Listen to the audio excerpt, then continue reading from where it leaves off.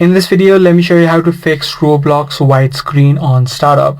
When you try to open up the app of Roblox and while on startup, you're having this widescreen issue. The first thing that you can do in this situation is try to force close the application of Roblox. So make sure to remove the app of Roblox from the recent app list and try to see if this fixes the issue.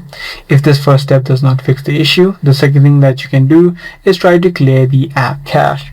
So this is the most common fix which works for most people. Tap and hold the app of Roblox, head over to this eye icon. Once you're inside, scroll down, head over to storage, and then tap on the clear cache option. If you're using an iOS device, you need to manually reinstall the application.